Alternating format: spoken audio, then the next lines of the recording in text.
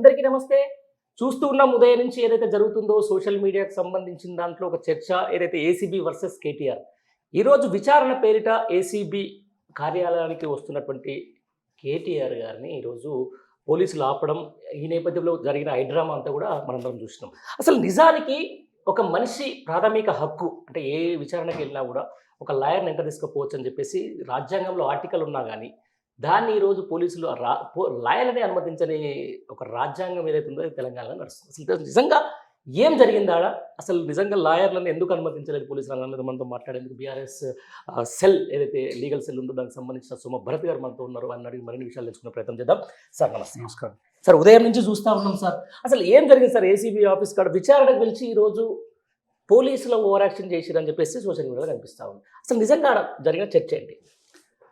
Over action చేసినారు అని నేను దాంతో ఏకీభవించను, కానీ పోలీసులు వాళ్ళ విద్యుక్త ధర్మం ఏదైతే ఉందో ఆ ధర్మాన్ని పాటించలేదనేది మాత్రం నేను చెప్పాను. ఓకే. కాన్స్టిట్యూషన్ ఆర్టికల్ 21 ఏదైతే ఉందో రైట్ టు లైఫ్ అనేది, ఓకే. ఈ రైట్ టు లైఫ్ అనే ఆర్టికల్ కింద అనేక హక్కులని ప్రజలకు ఇచ్చింది. దాంట్లో రెండు ముఖ్యమైన హక్కులు ఏంటనంటే right to fair investigation and right to fair trial. Okay. ఈ రైట్ టు ఫేర్ ఇన్వెస్టిగేషన్లో రైట్ టు ఫేర్ ట్రయల్లో ఇంకొక దాంట్లో ఉండే ఉప హక్కు ఏదైతే ఉన్నదో right to get legal defence. Okay. Right to get legal defence. Legal defence ఇది రాజ్యాంగము ఇచ్చింది. దీన్ని అనేక సందర్భాలలో సుప్రీంకోర్టు దీన్ని ఆమోదించింది, తర్వాత జడ్జిమెంట్స్ ఇచ్చినది. దాదాపు సుప్రీంకోర్టు కానివ్వండి, అన్ని కోర్టులు అనేక సందర్భాలలో, కొన్ని వందల సందర్భాలలో ఈ right to fair trial, right to fair investigation మీద జడ్జిమెంట్లు ఇవ్వడం జరిగింది. ఓకే. ఇవాళ ఉన్న పరిస్థితి కూడా ఎందుకు లాయర్ని తీసుకొని పోవాల్సిన పరిస్థితి ఉన్నదనేది కూడా కేటీఆర్ గారు వివరించినారు. లగచర్ల ఇన్సిడెంట్ గురించి చెప్పినారు. ఒక లగచర్లనే కాదండి, లగచర్ల ఇన్సిడెంట్లో నరేందర్ రెడ్డిని అరెస్ట్ చేసిన పద్ధతి, లగచర్ల ఇన్సిడెంట్లో రైతులని అక్యూజ్డ్ చేసి ఆ రైతులని జైల్లో ఉంచిన పద్ధతి, ఆ తర్వాత జైలు నుంచి వాళ్ళని హాస్పిటల్కి తీసుకుపోయిన క్రమంలో బేడీలు వేసిన పద్ధతి, ఇదంతా ఏమవుతుంది అంటే ఇదంతా పోలీసులు నార్మల్గా చేసే వ్యవహారం కాదు. ఈ రాష్ట్రంలో కొన్ని వందల వేల కేసులు అవుతున్నాయి, కానీ పోలీసులు అన్ని కేసులలో ఒక మాదిరిగా చేయట్లేదు అనే దానికోసము లగచర్ల ఇన్సిడెంట్ ఒక పెద్ద ఉదాహరణ. నరేందర్ రెడ్డి గారిని అరెస్ట్ చేసిన విధానము, తర్వాత నరేందర్ రెడ్డి గారు తీసుకుపోయి అక్కడ పోలీస్ ట్రైనింగ్ సెంటర్లో కూర్చోబెట్టి అతన్ని డైరెక్ట్గా ఏ రకమైన ఇన్వెస్టిగేషన్ కానీ ఏ రకమైన ప్రశ్నలను అడగకుండా డైరెక్ట్గా మ్యాజిస్ట్రేట్ దగ్గరికి తీసుకుపోయి ప్రొడ్యూస్ చేసి అక్కడ ఒక కన్ఫెషనల్ స్టేట్మెంట్ ఆయన పేరు మీద వచ్చి ఆయన ఇచ్చిండని చెప్పి, ఆయన దాంట్లో ఏంటిది ఆయన నా నేరం ఒప్పుకున్నట్టుగా దీని వెనకాల కేటీఆర్ గారు ఉన్నారు అని చెప్పి రాపిచ్చి వేసింది. ఆయన తర్వాత రియలైజ్ అయినాడు ఇది ఇట్లాంటిది ఒకటి వేసిండ్రు అనేది కూడా తెలియదు. వైట్ పేపర్ మీద సైన్ తీసుకున్నారు నిజమా సార్?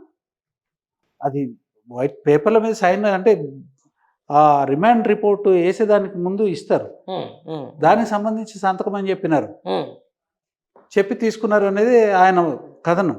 ఏదైనా ఆయన ఇమీడియట్గా చెప్పినాడు, నేను అసలు ఏ రకమైన స్టేట్మెంట్ ఇవ్వలేదు, నన్ను ఎవ్వరు ప్రశ్నించను కూడా ప్రశ్నించలేదు, ప్రశ్నించకుండానే తర్వాత నేను చెప్పకుండానే నేను ఈ నేరం ఒప్పుకున్నాను అనేది కూడా పొరపాటు. అట్లనే అదెంత పొరపాటు అంతకన్నా 300 పొరపాటు ఏంటంటే కేటీఆర్ గారి పేరు నేను చెప్పినాను అనేది కూడా.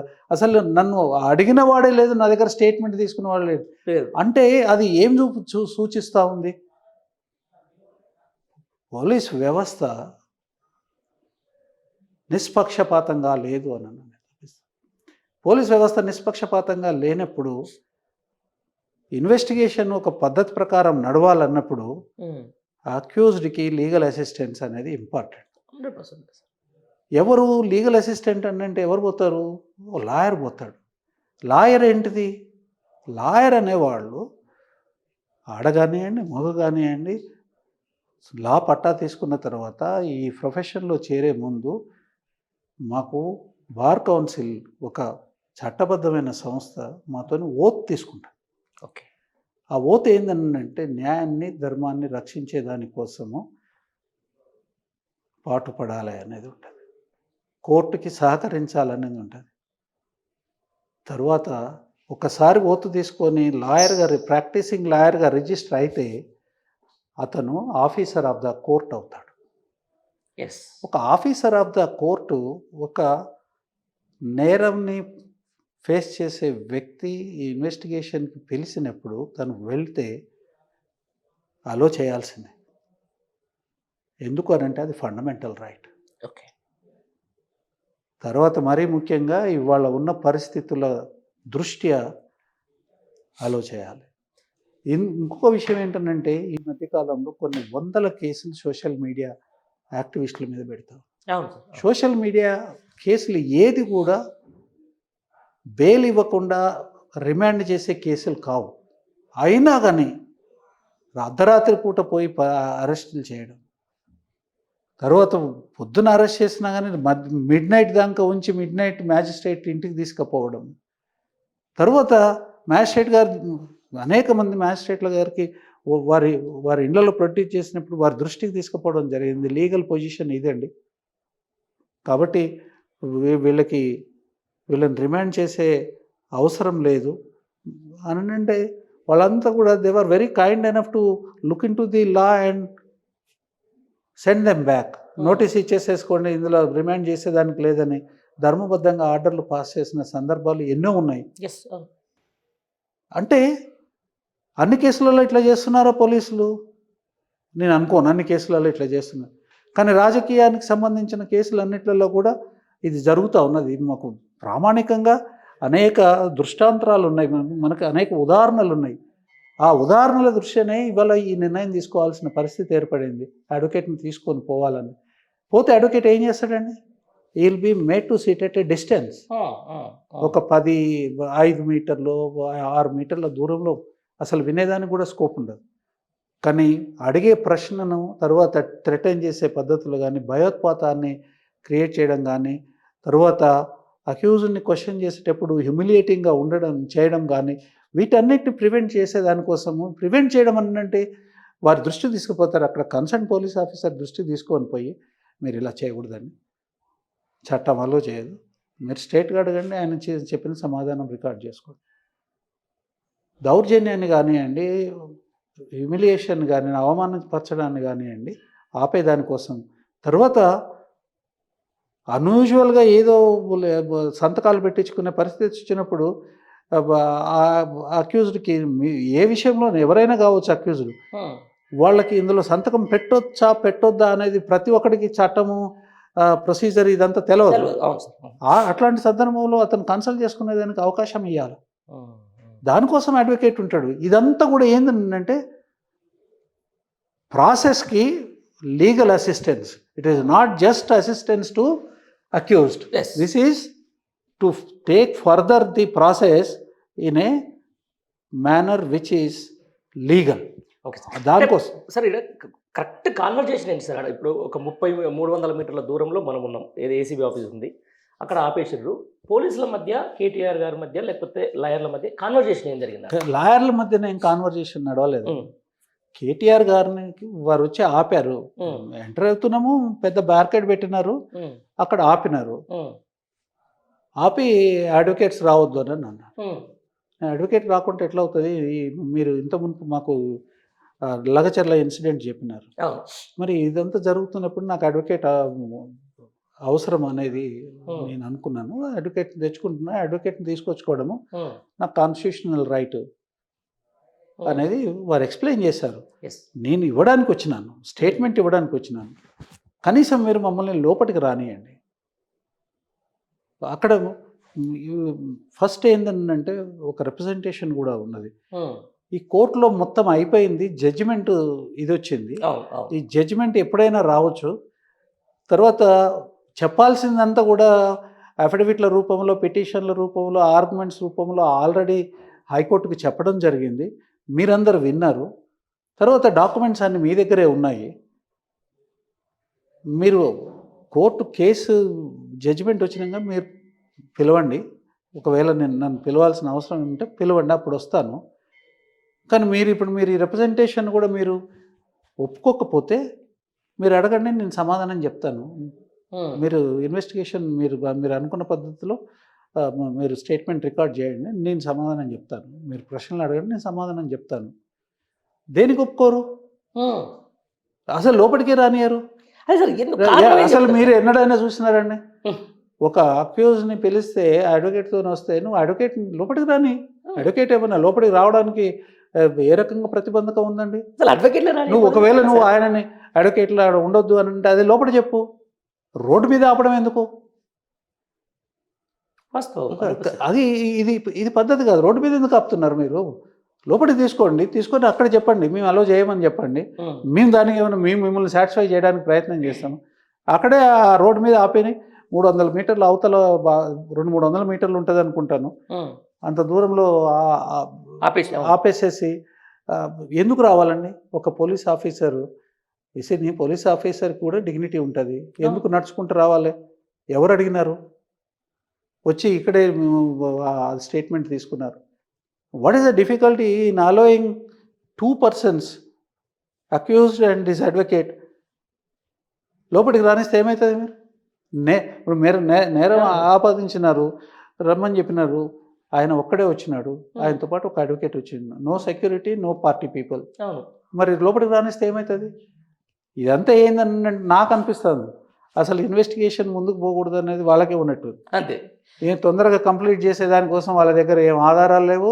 అదంతా ఒట్టి ట్రాష్ అన్న సంగతి మేమైతే మొదటి నుంచి అంటా ఉన్నాము, కోర్టు ముందు కూడా అన్నాము. అదే మాట ఇప్పుడు రీట్రేట్ చేస్తూ ఉన్నాం. ఓకే, అది దాంట్లో ఏం లేదు, అసలు కేసే లేదు.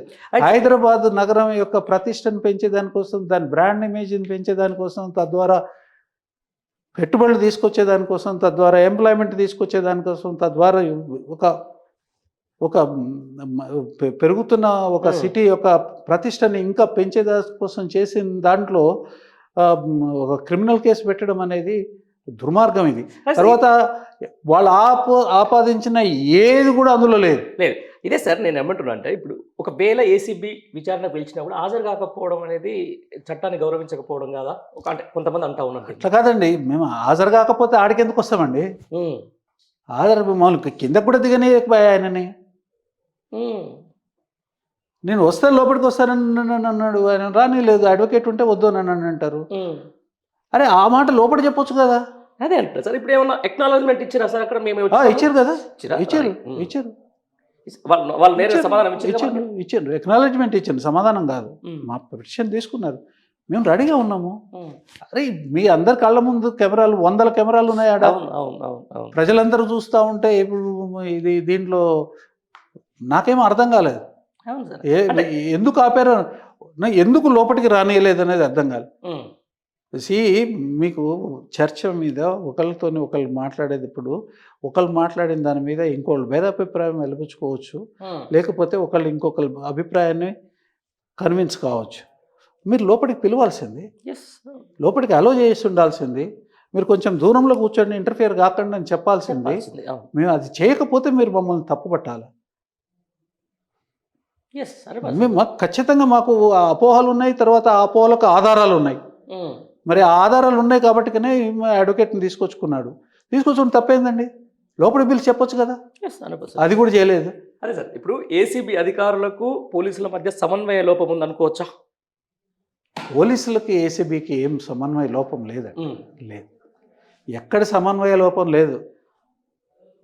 ఇంకా గట్టిగా చెప్పాలని అంటే చాలా పొలిటికల్ లీడర్షిప్కి ఏసీబీ అధికారులకి సమన్వయం చాలా గట్టిగా ఉన్నదని చెప్పాలి.